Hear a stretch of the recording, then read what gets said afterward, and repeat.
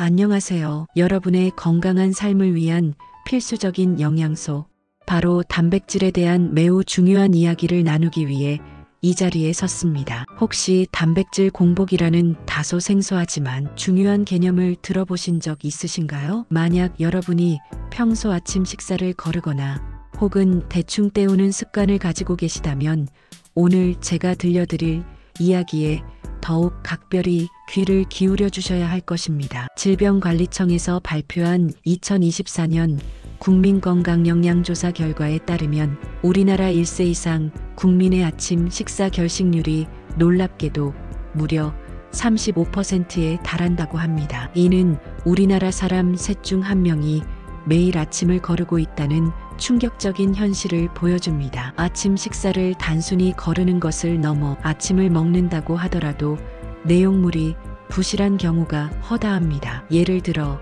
잼을 듬뿍 바른 토스트에 커피 한 잔으로 때우거나 빵과 과일, 주스 한 컵으로 식사를 대신하는 경우가 흔하죠. 문제는 이러한 식습관이 바로 우리 몸에 심각한 단백질 공복 상태를 유발하는 주요 원인 중 하나라는 점입니다. 단백질 공복이란 식사를 통해 단백질 섭취가 거의 없거나 아예 없는 상태가 6시간에서 12시간 이상 장시간 지속되는 것을 의미합니다. 우리 몸은 이처럼 단백질 공급이 끊기면 즉시 근육 합성 신호를 중단하게 됩니다. 특히 아침 식사를 거르게 되면 단백질 공복 상태가 무려 최대 16시간까지 이어질 수 있다는 사실, 상상만 해도 우리 몸에 얼마나 큰 부담이 될지 느껴지시나요? 이렇게 긴 시간 동안 단백질이 공급되지 않으면 우리 몸은 비상 상태에 돌입하게 됩니다. 우리 인체를 구성하는 단백질은 약 20가지 종류의 아미노산으로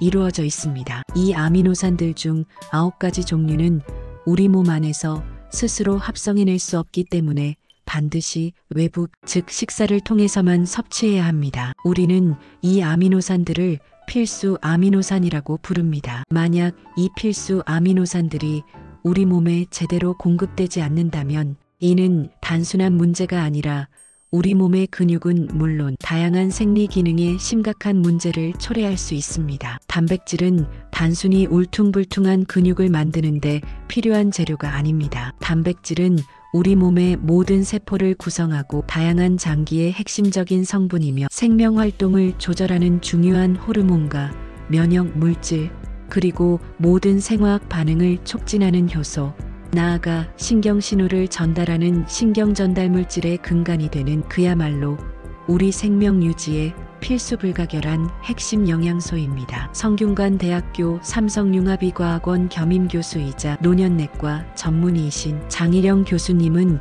근육은 단순히 움직임을 위한 기관이 아니라 우리 몸의 중요한 에너지 저장고이자 외부 침입으로부터 우리 몸을 보호하는 강력한 면역 방어선 역할까지 수행한다고 강조하시면서 근육은 하루에도 300지에서 400지가량의 단백질을 끊임없이 분해하고 다시 합성하는 과정을 거치는데 이때 필요한 단백질이 제대로 공급되지 않으면 몸 전체의 회복 기능이 현저히 떨어지게 된다고 경고하셨습니다. 만약 여러분이 평소 오후 3시에서 4시경만 되면 극심한 피로감을 느끼거나 감기를 앓고 난 후 유독 회복 속도가 더디다고 생각된다면 꾸준히 운동을 해도 좀처럼 효과가 나타나지 않거나 혹은 예상치 못하게 탈모가 심해지거나 피부 탄력이 저하되는 등의 증상을 경험하고 있다면 이는 단순한 노화 현상이 아니라 단백질 공복 상태를 의심해 봐야 한다고 장 교수님은 덧붙여 설명하셨습니다. 이러한 증상들은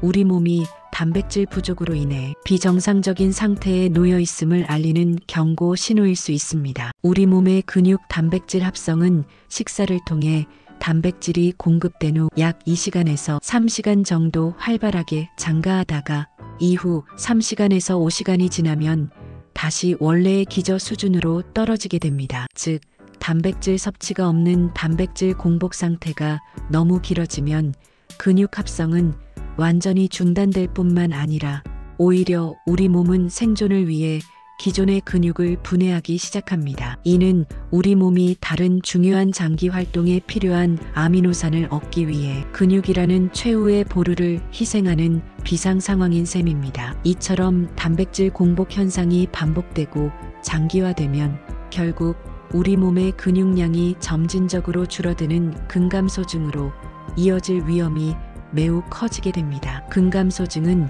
노년층의 건강에 치명적인 영향을 미칠 뿐만 아니라 젊은 층에서도 삶의 질을 저하시키는 심각한 문제입니다. 근육 단백질 합성은 필수 아미노산이 혈액 속에 충분한 농도로 존재할 때만 효율적으로 일어날 수 있습니다. 특히 9가지 필수 아미노산 중 류신의 류시아인이라는 아미노산은 근육 합성을 시작하는 스위치와 같은 핵심적인 역할을 수행합니다. 만약 단백질을 우리 몸을 튼튼하게 지탱하는 근육벽돌이라고 비유한다면 류신은 이 벽돌들을 단단하게 쌓아 올리는데 필요한 가장 중요한 접착제 또는 핵심 재료라고 할 수 있습니다. 따라서 우리는 매 식사 때마다 단백질은 물론 류신이 풍부하게 함유된 음식을 충분히 섭취해야만 근육을 효과적으로 성장시키고 유지하며 나아가 전반적인 신체 활력을 건강하게 유지할 수 있습니다. 류신은 특히 육류, 유제품,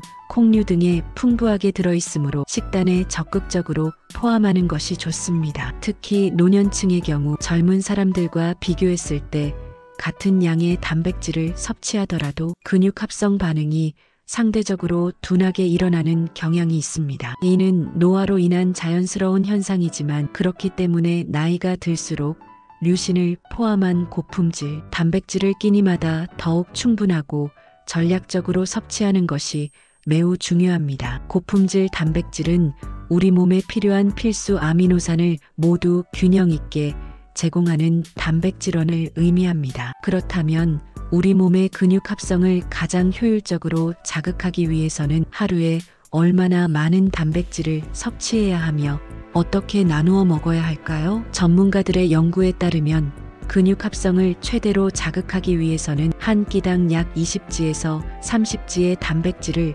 섭취하는 것이 가장 이상적이라고 합니다. 또한 동물성 단백질 육류, 생선, 달걀, 유제품 등과 식물성 단백질 콩, 두부, 견과류 등을 균형 있게 섞어 섭취하면 단백질의 다양한 아미노산 조성을 보완하여 흡수율과 활용도를 더욱 높일 수 있습니다. 단순히 총 단백질 섭취량뿐만 아니라 섭취 시점과 분배 또한 매우 중요합니다. 흥미로운 연구 결과에 따르면 하루에 필요한 단백질 총량을 3끼 식사에 걸쳐 균등하게 분산하여 섭취한 그룹이 같은 총량을 한 끼에 몰아서 섭취한 그룹보다 24시간 동안의 근육 단백질 합성률이 통계적으로 유의미하게 더 높은 것으로 나타났습니다. 이는 단백질을 한 번에 많이 먹는 것보다 규칙적인 간격으로 꾸준히 공급하는 것이 근육 유지 및 성장에 훨씬 효과적임을 시사합니다. 이 기준에 맞춰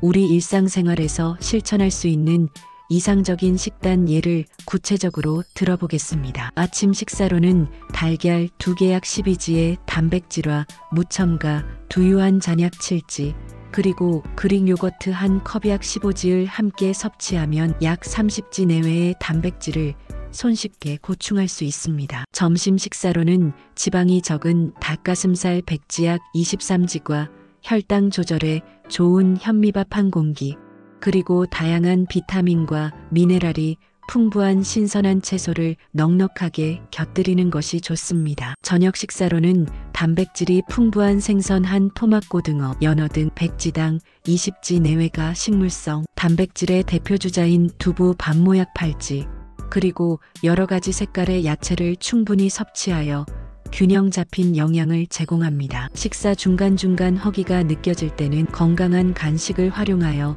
단백질 공백을 최소화하는 것이 중요합니다. 예를 들어 단백질 음료 프로틴 쉐이크, 저지방, 치즈 한두 장, 소량의 견과류 아몬드, 호두 등 무가당 요거트 등이 좋은 선택지가 될 수 있습니다. 또한 취침 전에 따뜻한 우유 한 잔을 마시는 것도 잠자는 동안 우리 몸에 단백질을 서서히 공급하여 근육, 단백질 분해를 막고 합성을 돕는데 효과적입니다. 우유의 카제인 단백질은 소화 흡수가 느려 장시간 단백질을 공급해 줍니다. 이 모든 내용을 종합해 볼 때 결론적으로 단백질 공복 상태가 길어질수록 우리 몸의 근육 단백질 분해가 촉진되어 근육량이 점차 줄어들게 됩니다. 이는 단순한 미용상의 문제를 넘어 기초대사량 감소, 면역력 저하, 만성 피로 등 전반적인 건강 악화로 이어질 수 있습니다. 따라서 단백질을 한 번에 몰아서 많이 섭취하는 것보다는